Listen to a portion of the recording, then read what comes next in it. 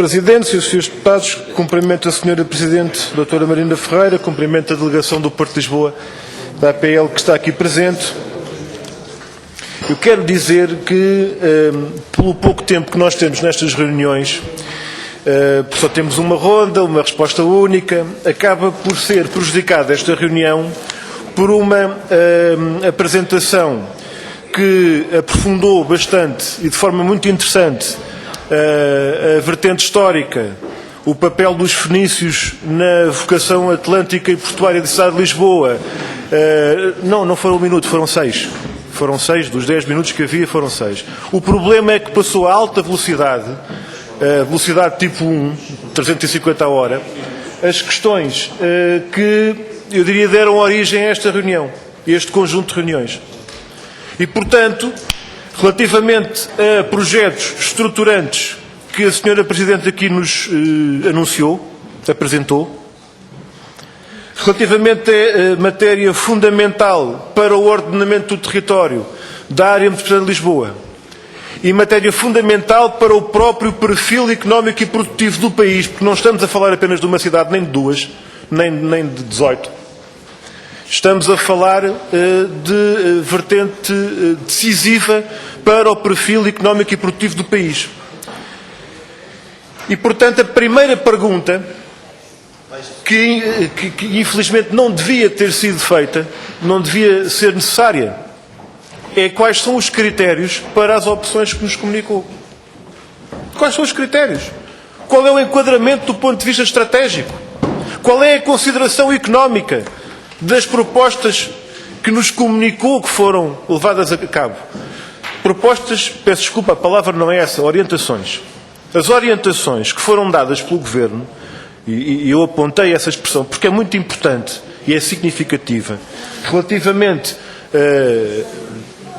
pelo menos relativamente ao que diz respeito ao terminal da Trafaria, ao terminal Contentores Sul, como aqui anunciou, falou de avançar com o projeto a partir do quadro da orientação que foi transmitida pelo Governo.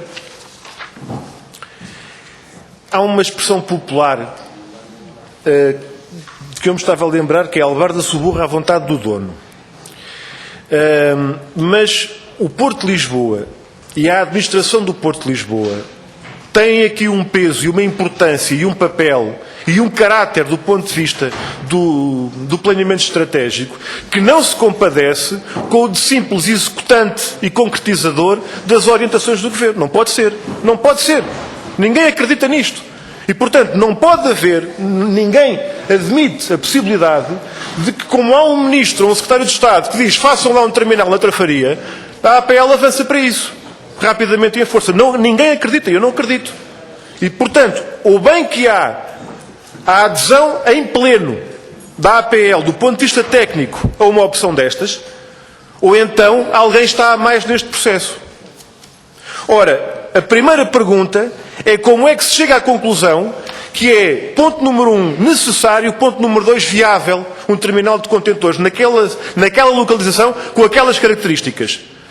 Num contexto, em particular, que não foi referido pela sua apresentação, Sra. Presidente, e devia ter sido referido pela sua apresentação, porque não podemos fazer perguntas durante 1 hora sem termos uma certeza é se vão ser ou não deslocalizados e encerrados os terminais de contentores que estão em Lisboa.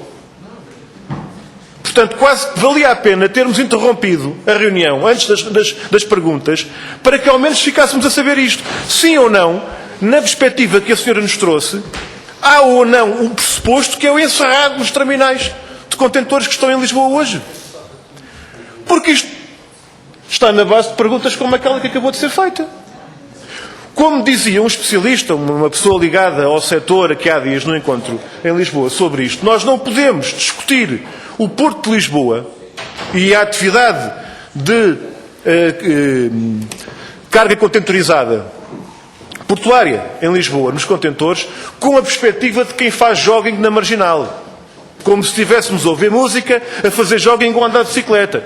Porque o papel do transporte de mercadorias, nomeadamente da carga contentorizada, tem aqui uma importância. Eu não falo para a cidade de Lisboa, falo para Portugal. e a localização que tem hoje, que não se compadece com uma decisão de uma penada de transferir 80% do negócio que se está aqui a fazer para a margem sul. E que implicações é que isto tem?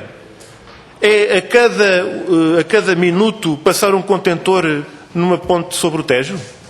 Que é o que significa fazer esta transferência do tráfego contentorizado para a margem sul? É fazer com que os comboios que hão de ser ligados a esse terminal vão dar um passeio ao Cartacho para chegar a Lisboa? Indo a Montemor? A Vendas Novas? A Setil? Portanto, estas situações que não são meros pormenores, não são questões de menos importância. A cadeia logística que está associada a uma operação destas, porque Lisboa, a grande Lisboa, e principalmente o Distrito de Lisboa e a região Oeste, são a grande maioria do feeder, que é aquilo do Porto de Lisboa em termos de carga contentorizada. E agora a APL comunica-nos que, das duas uma, ou se mantém tudo como está, e portanto, grande desilusão para a maioria em termos de carga contentorizada, ou vai tudo para o lado de lá, com estas consequências do ponto de vista económico. Mas, do ponto de vista estratégico, os senhores sabem se é viável construir um terminal destes, com o impacto que isto pode ter, já não vou dizer para o Porto de Sines, mesmo que os senhores respondessem. Sines, pensa em Sines, a gente pensa em Lisboa. Mas é que podem estar a criar um terminal condenado ao fracasso. A Europa tem casos que nos devem fazer refletir. Uma coisa chamada Amsterdam Container Terminal. Quando nós tivemos o pensamento que o deputado Bruno Vitorino está aqui a dizer, despreocupadamente pergunta, mas qual é o problema da concorrência? Aquilo que nós perguntamos é, vão ver, se já foram ver a Amsterdam o que foi o terminal que lá foi construído, que foi fechado este ano? Tinha exatamente as características de uma porta atlântica uma ao lado da outra, com a concorrência que ia criar em relação ao Porto de Roterdão. Aquilo que está hoje criado... Um de cada vez. Um de cada vez, mas primeiro eu, é o Bruno Dias. Eu sei, mas... vamos lá, Bruno. Já recentemente, numa outra reunião que tivemos nesta Assembleia com agentes do setor, comunicaram-nos outro exemplo para além do de Amsterdão, que é um porto alemão chamado Wilhelmshaven. O porto alemão de Wilhelmshaven está condenado ao fracasso precisamente por esta sacrossanta concorrência que é anunciada, mas depois dá desastre. Dá desastre. Porque a gente, à força de querer ter portas atlânticas uma ao lado da outra, acabam por significar milhares de milhões de euros, porque não é apenas aquilo que é afetado em termos de investimento primário, porque há todo o contexto de investimento e de trabalhos que são feitos. Já agora perguntar, o tal milhar de milhões de euros que é citado, refere o trabalho das dragagens?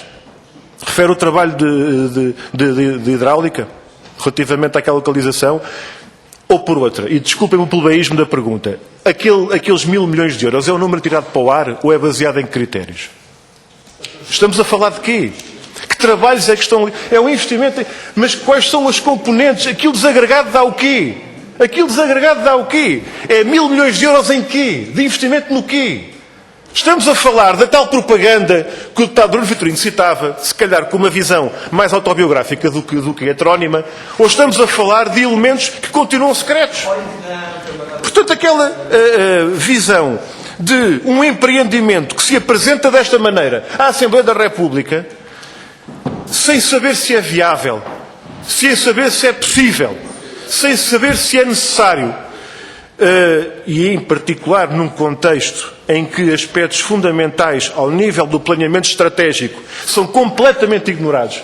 Eu não compreendo como é que se faz perguntas sobre o posto de vendagem em relação aos pescadores de uma determinada comunidade, tratando-se como se trata de uma capital como Lisboa que não tem um porto de pesca. Os senhores dirão, isso não é connosco. Isso agora é da Ocapesca, tem as suas coisas, o Ministério até é outro, se calhar até aí que está um problema, isso só por si já é um problema, os seus deputados aqui dirão, mas nós estarmos a falar de um empreendimento, de um conjunto de empreendimentos, de uma visão de futuro para o Porto de Lisboa, nas duas margens do Tejo, com todos estes municípios envolvidos. E ao nível de planeamento estratégico, não há uma palavra sobre a pesca, isto está a pensar. E depois vem um deputado perguntar como é que está o posto de vendagem lá para aquela comunidade daquela freguesia e tal. Isto não faz sentido. Peço desculpa, já foi dito e eu concordo, isto responsabiliza muito mais, muito incomparavelmente mais, o Governo do que a APL. Mas a APL, e não estou a dizer que os senhores pensem isto, mas poderá haver quem pense que a APL é uma almofada de carimbo.